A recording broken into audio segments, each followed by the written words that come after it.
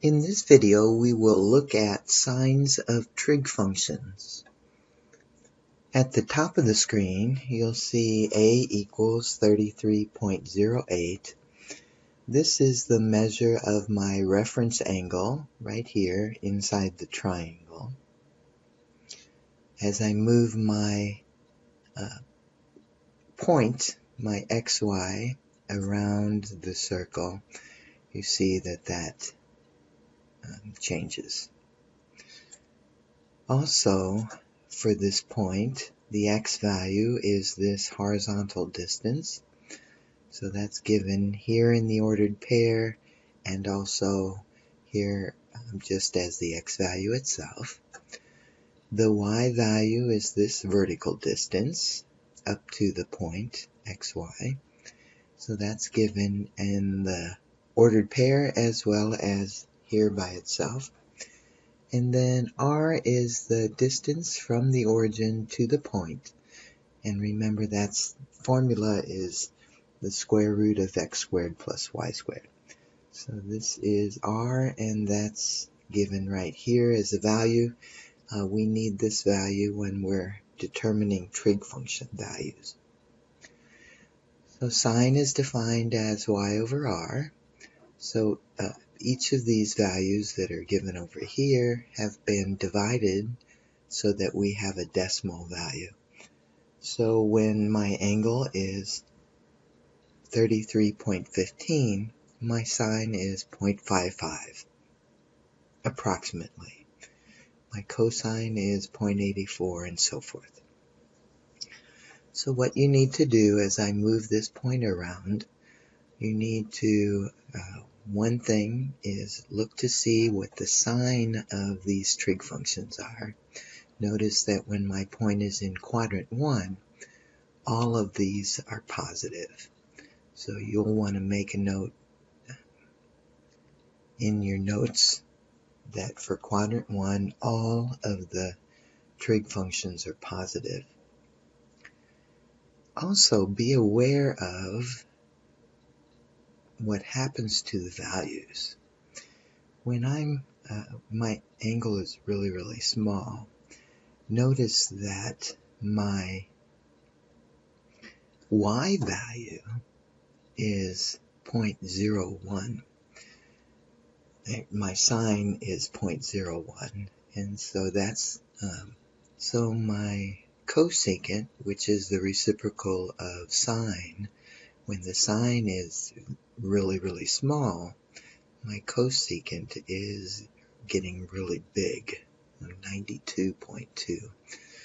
So that would make sense that reciprocals of each other, one's going to be small, one's going to be big.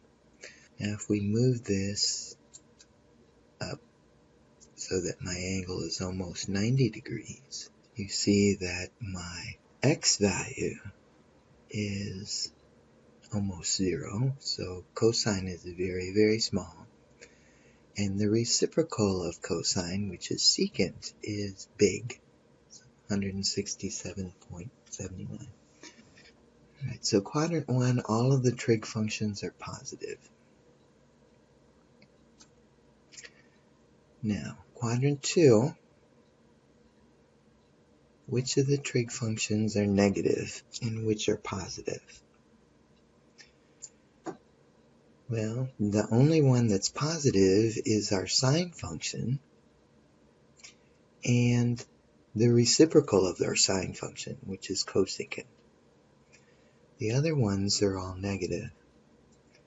So in your notes, put that the sine in quadrant 2, the sine and the cosecant are positive. So in quadrant 1, all of the trig functions are positive, and in quadrant 2, the sine and cosecant are positive.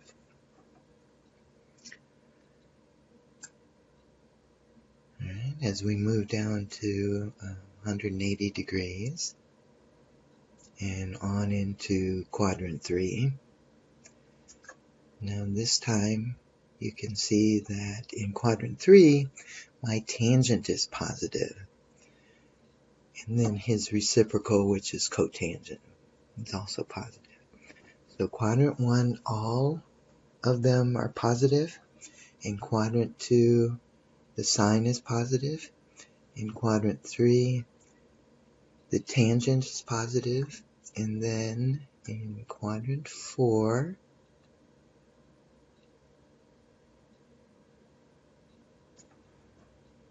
cosine is positive, and its reciprocal secant. So as we move counterclockwise, all are positive in quadrant 1. Sine is positive in quadrant 2.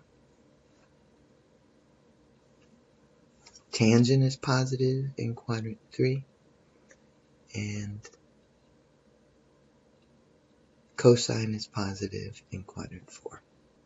Now we can also notice the sine and the cosine never get any bigger than positive 1 and never get any smaller than negative 1.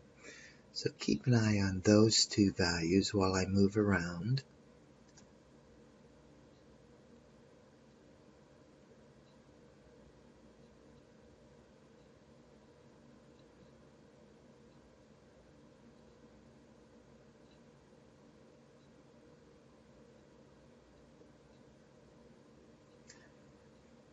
Okay. So our sine and our cosine stay between negative 1 and positive 1. And then also keep in mind, as my angle gets more vertical, as it gets bigger,